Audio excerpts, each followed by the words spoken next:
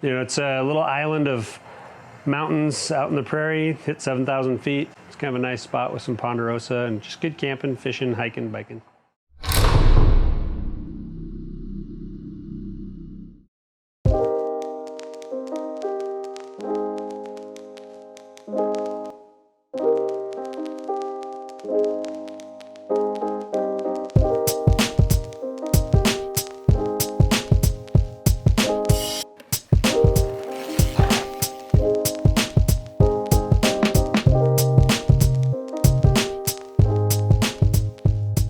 They call it the gateway to the Black Hills. Rapid City? Yeah, as in South Dakota.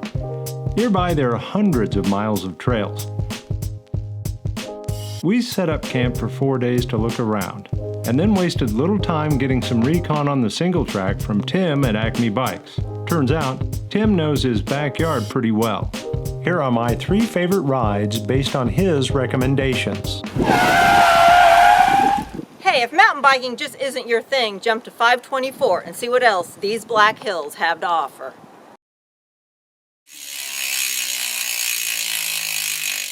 We are on Storm Mountain and getting ready to ride the Coon Hollow trails. So hope to get some great footage and some great riding in, and we'll let you know how it goes.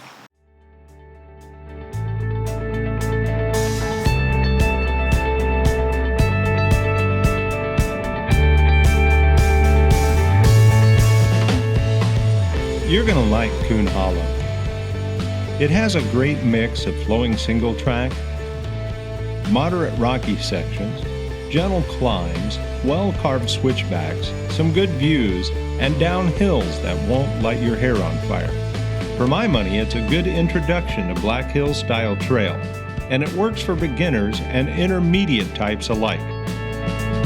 Nice thing is, it's just 12 miles outside of Rapid City, so you can come and go pretty quickly, giving you plenty of time to do that other thing people come here for.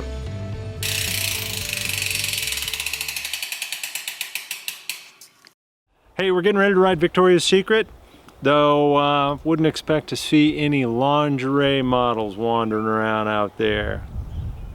Only pain and suffering.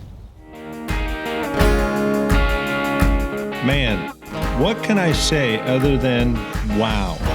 Victoria's Secret is the kind of trail I dream of. For starters, there's the climbing, and there's plenty of it.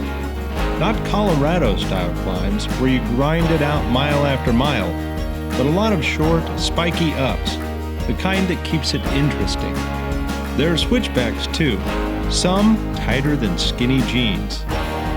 On top of the ridge lines, it wiggles back and forth, but it has enough flow so you can stay on the gas.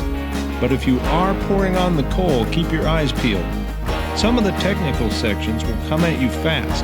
You'll end up in the woods trading blows with the ponderosa pine. There are creek crossings, meadows nestled between the rising slopes, and views worth stopping for. You'll keep asking yourself, is this South Dakota?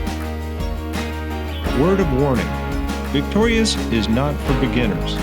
It's only 10 miles long, but challenging enough that you'll need skill and good conditioning to make it through. It's also easy to get lost and end up with a 30-mile day like I did. The trail markers are hard to see. If you do end up on Victoria's Secret, take everything you might need. There isn't reliable cell service, and you could end up out there for a long time.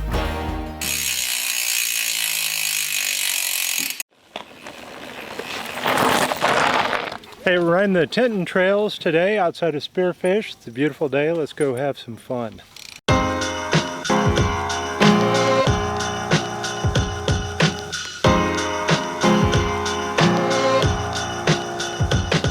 I chose Tintin to review because I rode all of it. It's not long or hard, but I think you'll love it.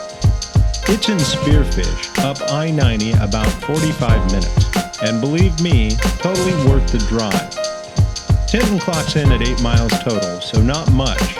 Beginners all the way to advanced riders will like it. Like everything else in the Black Hills, you start by climbing, and that doesn't really stop until you get to the top. though some of it flows along on pretty flat trail through aspens, ponderosa, across meadows, and a few technical sections. There's nothing too tough on Tintin until you hit the top, where it opens up to some remarkable views and a few steep, tough, rocky sections. Now the good part though, turn it around and fly all the way back down.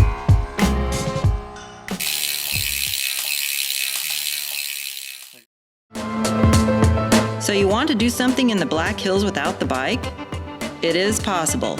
Of course, there's one activity that stands out, and it really is worth a visit. Arguments about carving up a mountain notwithstanding, the story of how this was built is fascinating. Naturally, you want to check out the food, and more importantly for you mountain bikers, the beer. If you're based in Rapid City, stop by the Independent Ale House. 40 rotating taps, plus great pizza. The Firehouse Brewery is in the vicinity, but we didn't stop by, though people do rave about their root beer of all things. And Murphy's Pub is just across the street, with a seriously cool patio.